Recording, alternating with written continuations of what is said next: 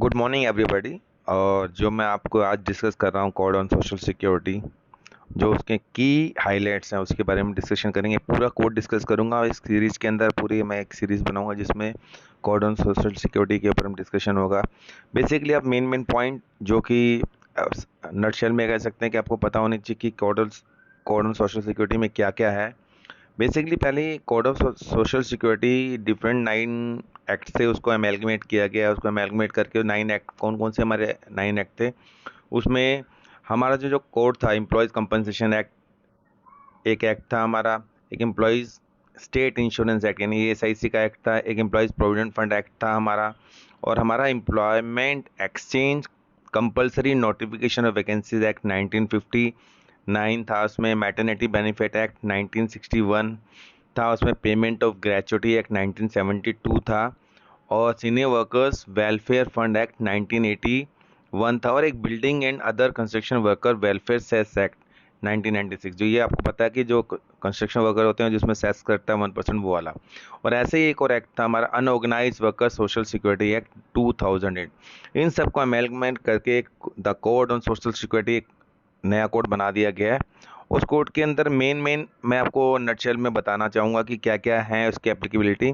जो हमारे employees provident fund के जो एप्लीकेबिलिटी है, मतलब कब वो होता है, नॉर्मली देखा जाता है जो जिस इस्टेब्लिशमेंट जिसमें 20 और मोर वर्कर्स होते हैं, वो एम्प्लॉयज़ प्रोविडेंट फंड के अंदर कवर, उसमें वो कवर हो जाता है establishment. Employees state insurance corporation के लिए जहाँ पे 10 और मोर पर्सन हैं, वो उसके अंदर हमारे employees state insurance corporation act के अंदर, ESIC एक्ट के अंदर वो इस्टेब्लिशमेंट कवर होता है। ऐसे हमारे ग्रेचुटी एंड मैटरनिटी बेनिफिट, तो इसका जो मैं आपको बता रहा हूँ, इसके अंदर जो हमारा क्या क्या होता है, ग्रेचुटी क्या है और मैटरनिटी बेनिफिट क्या है। जैसे factory, mine, oil field, plantation, port and railway companies हैं, उसके अंदर 10 और मोर एम्प्लॉयज़ जो होते हैं, या तो हों या पहले थे कभी, यानी एक बार हो गए तो हमेशा के लिए वो हो जाते हैं। उसके लिए ग्रेचुटी बेनिफिट और ये हमारा मैटरनिटी बेनिफिट सब किसके लिए लग जाता है। जैसे एम्प्लॉय कंपनसेशन में क्या, जो एम्प्लॉयज़ कंपनसेशन जो होता था हमारा, जो it applies to the employers and employees, जिसमें जो चैप्टर 4 है जिसमें डज नॉट अप्लाई होता है, वो सेकंड शेड्यूल के अंदर इसकी एप्लीकेबिलिटी है। और कोड ऑफ सोशल सिक्योरिटी के अंदर और क्या चीज़ें हैं हमारा, इसमें चैप्टर 8 है। इसमें मैंने चैप्टर डिफरेंट बताया आपको। मैंने ये तो चैप्टर बताया, इसका चैप्टर हमारा एप्लीकेबिलिटी का चैप्टर 3 में एम्प्लॉयज़ प्रोविडेंट फंड डिफाइन कर रखा है।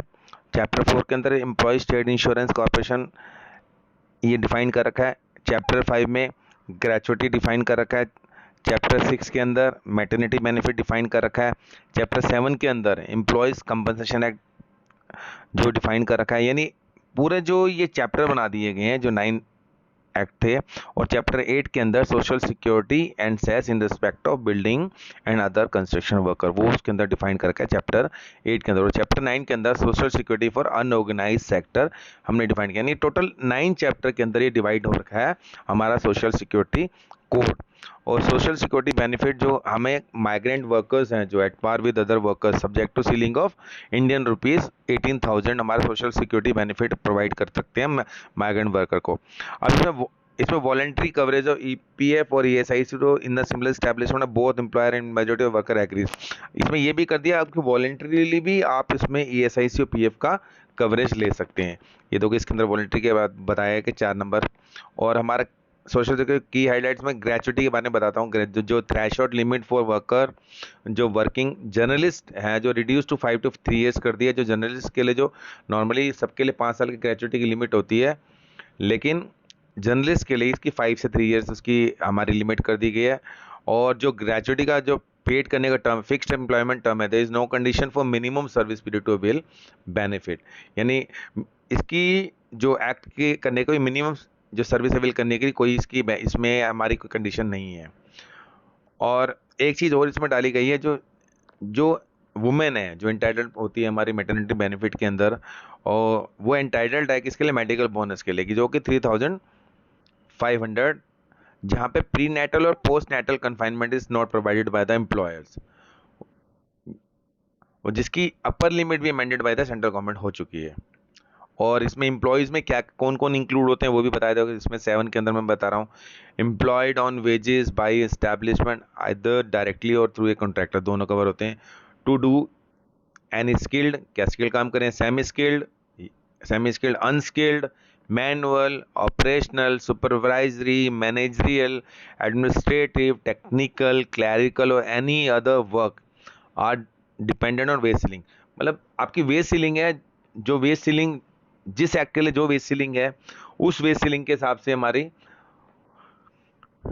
इसकी हमारी जो होती है वेज सीलिंग के हिसाब से, इसमें ये नहीं डिफाइन करना है कि कोई मतलब पढ़ा लिखा आदमी है कि लेबर है, लेकिन इसमें कुछ भी हो सकता है, स्किल्ड हो, सेमी स्किल्ड हो, अनस्किल्ड हो, मैनुअल हो, ऑपरेशनल हो, सुपरवाइजरी कैटेगरी का हो, मैनेजरियल हो, एडमिनिस्ट्रेटिव हो, टेक्निकल हो, क्लैरिकल हो, और किसी तरह का भी वर्क करता हो, लेकिन depending on the ways ceiling. अगर वेज सीलिंग से बाहर जाता है तो वो बाहर हो जाता है, जो कि हर के लिए वेज सीलिंग डिफाइंड की जा रही है।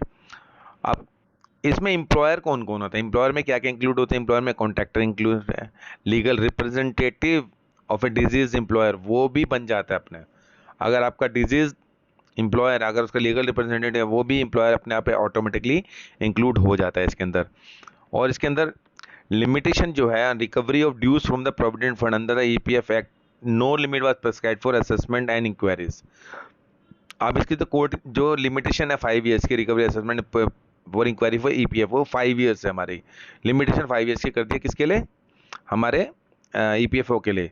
और ईएसआईसी में जो पीरियड फॉर कंडक्टिंग इंक्वायरी है फॉर ईपीएफओ ड्यूज के लिए 2 ईयर्स है ईपीएफओ के लिए।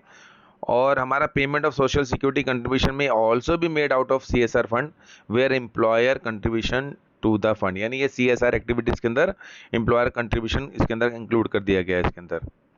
और की हाइलाइट्स में क्या क्या आ सकती है इसके अंदर, की हाइलाइट्स में ये आ सकता है, देखो हमारा social security fund for unorganised worker, gig workers and platform workers, जो फंड करेगा funded by the central government और स्टेट गवर्नमेंट या सीएसआर से फंड होगा। और fine collected through compounding of offences, आपने देखा होगा कंपाउंडिंग ऑफ ऑफेंसेस के अंदर बहुत सारे फाइन्स होते हैं। अगर ऑफेंस को कंपाउंड करने में जो फाइन भरा जाता है, वो भी सारा का सारा इसका फंड का सोर्स है। सोशल सिक्योरिटी फंड जो होगा हमारा, इसके अंदर एक सोशल सिक्योरिटी फंड बन रहा है। सोशल सिक्योरिटी फंड के अंदर जो जहाँ से कि सारे अनऑर्गेनाइज वर्कर्स और गिग वर्कर्स, प्लेटफॉर्म वर्कर को जब जो आप सर्विस प्रोवाइड की जाएगी, वो सारी हमारी यहाँ से फंडेड होगी, central government, state government, CSR, और fine collected through compounding of offences.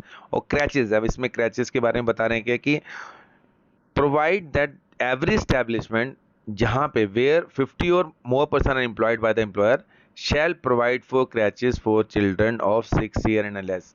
अगर 6 साल और 6 साल कम के बच्चे के लिए आपको क्रैचेस बनाने पड़ेंगे, अगर एम्प्लॉय के आपके क्रैचेस हैं। But code provide for common creches, common creches के लिए बोला जाता है। अब एक इसमें कैरियर सेंटर के बारे में डिफाइंड है, it has been mandatory for all the establishment employing 20 और more person to report the vacancy position in their establishment to the career centre. यानी एक कैरियर सेंटर का इसमें एस्टैब्लिशमेंट होने वाला है, जिसका मतलब एस्टैब्लिश्ड होगा, उसके अंदर आपको जो भी वैकेंसी होगी आपको कैरियर सेंटर को देनी होगी, जिसके पास भी 20 और 20 से ज़्यादा एम्प्लॉयज़ हैं। और ये इंफॉर्मेशन क्या होती है, ऑनलाइन आपके रहेगी। अब इसमें आधार कार्ड इसका मेन हो गया, और requirement of Aadhaar card by foreign employer and expatriate, दोनों के इसका भी आधार कार्ड का कंपलसरी कर दिया गया। ये हमारा सोशल सिक्योरिटी का है। बाद में और भी मैं आगे डिस्कस कर सकता हूँ इसमें, जैसे code of occupational safety, health and working condition, ये अलग कोड है। हमारा सोशल सिक्योरिटी कोड के अंदर जो इंपॉर्टेंट चीज़ थी मैंने जो बता दी, इसमें मेन इंपॉर्टेंट चीज़ हमारी जो एक नई चीज़ इसमें देखो इंट्रोड्यूस, जो कैरियर सेंटर है, क्रैचेज है, ये चीज़ें नहीं आई हो, जैसे गिग वर्कर्स, प्लेटफॉर्म वर्कर्स के लिए भी ये सोशल सिक्योरिटी स्कीम आई गई है। तो इन सबको इसके में कवर किया, इसकी डिटेल स्टडी करेंगे। मैंने बस नटशेल में बता दिया कि इसके अंदर क्या क्या कवर होता है। और ये आगे हम, अगर आपको डिटेल में देखना है इसके लिए आगे कम 7-8 या वीडियो बनाऊंगा, उसमें आपको डिटेल में इंफॉर्मेशन पता चल जाएगी। और तब के लिए थैंक्स। आप ये पूरा एक बार गो थ्रू हो जाइए, अगर आप गो थ्रू हो जाएंगे आपको पता चल जाएगा सोशल सिक्योरिटी कोड के अंदर कौन कौन से एक्ट आ गए, और उस एक्ट की मतलब कवरेज कैसे है, मतलब किस तरह से एप्लीकेबिलिटी बनती है, सब आपको पता चल जाएगा। अभी एक बार इसको ध्यान से देख लीजिएगा। तब तक के लिए bye, thank you, good bye.